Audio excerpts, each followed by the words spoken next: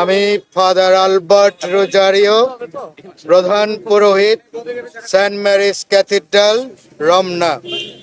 আমি আমাদের খ্রিস্টান ভাই বোনদের পক্ষে প্রধান উপদেষ্টা আমাদের আজকে নিমন্ত্রণ জানিয়েছেন এবং অনেক সুন্দর পরিবেশে, একটা সৌহার্দ্য পরিবেশে প্রায় 2 ঘন্টা আমরা আলোচনা করেছি। আমাদের মাননীয় প্রধান উপদেষ্টা আমাদের কথা অনেক মনোযোগ সহকারে শুনেছেন। যেহেতু সময় কম, আরো অনেকে বলবে, আমি বেশি বলবো না, মূল কথাটা বলবো যে আমরা সবাই একমত হয়েছি। গতকাল আমাদের রাজনৈতিক দলগুলো এসে যে কথা বলে গেছে তার সঙ্গে আমরা একাত্মতা প্রকাশ করেছি যে এই মুহূর্তে আমাদের বাংলাদেশ একটা কঠিন সময়, আমরা একটা স্পর্শকাতর অবস্থার মধ্যে আছি। তাহলে আমাদের ঐক্যবদ্ধ থাকতে হবে, এটা আমাদের প্রধান কথা, আমাদের ঐক্যবদ্ধ থাকতে হবে। আরেকটা বিষয়, আমাদের হিন্দু ভাই বোনদের তাদের মনে এই ঘটনার পরিপ্রেক্ষিতে স্কনের ব্যাপারে তাদের মনে একটা ক্ষত, তাদের মনে একটা ক্ষোভ, তাদের মনে একটা কষ্ট। তাহলে আমরা প্রধান উপদেষ্টাকে বলেছি যে আমাদের এই ক্ষোভটাকে নিরসন করতে হবে, নিরাময় করতে হবে, এই ক্ষতটাকে নিরাময় করতে হবে।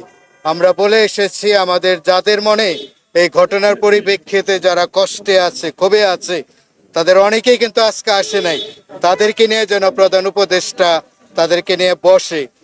আরেকটা বিষয় আমাদের সিদ্ধান্ত হয়েছে, আমরা প্রধান উপদেষ্টাকে বলেছি যেন এই ধরনের একটা আন্তর্জাতিক এবং বাংলাদেশের জাতীয়, আমাদের বাংলাদেশে এই ধরনের একটা সংলাপের ব্যবস্থা করা হয়।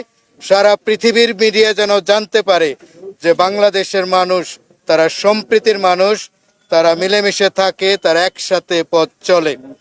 আরেকটা বিষয় বলা হয়েছে, আমাদের এই ঘটনার পরিপ্রেক্ষিতে আমাদের বাংলাদেশে প্রত্যেকটা মানুষ অনেক ধৈর্যের পরিচয় দিচ্ছে। যে আমাদের একজন অ্যাডভোকেট মারা গেছে, তারপরে ভারতীয় মিডিয়াতে অনেক রকমের, যদিও মেইন স্ট্রিমের মিডিয়াতে না, কিন্তু ছোটখাটো মিডিয়াতে অনেক উস্কানিমূলক কথা বলা হচ্ছে। কিন্তু আমরা বাংলাদেশের মানুষ, আমরা যে আসলে সম্প্রীতির মানুষ, যে আমরা অনেক ধৈর্যের পরিচয় দিয়েছি। তাই আমি আপনাদের মিডিয়ার ভাইয়েরা আছেন, আমাদের সেই সম্প্রীতি আমরা যেন বজায় রাখতে পারি। বারবার এই সম্প্রীতি, এই অগ্রযাত্রাটা বাধাগ্রস্ত হয়েছে, বর্তমানে যেমন হয়েছে। এবং আমাদের মধ্যে একজন খুব জোরালো ভাবে বলেছে, যেটা আপনারা শুনতে আগ্রহী, যে আমাদের যে ভাই, স্কনের যে ভাই যাকে আটক করা হয়েছে, সে আইনগতভাবে যেন তার জামিনের বিষয়টা বিবেচনা করা হয়।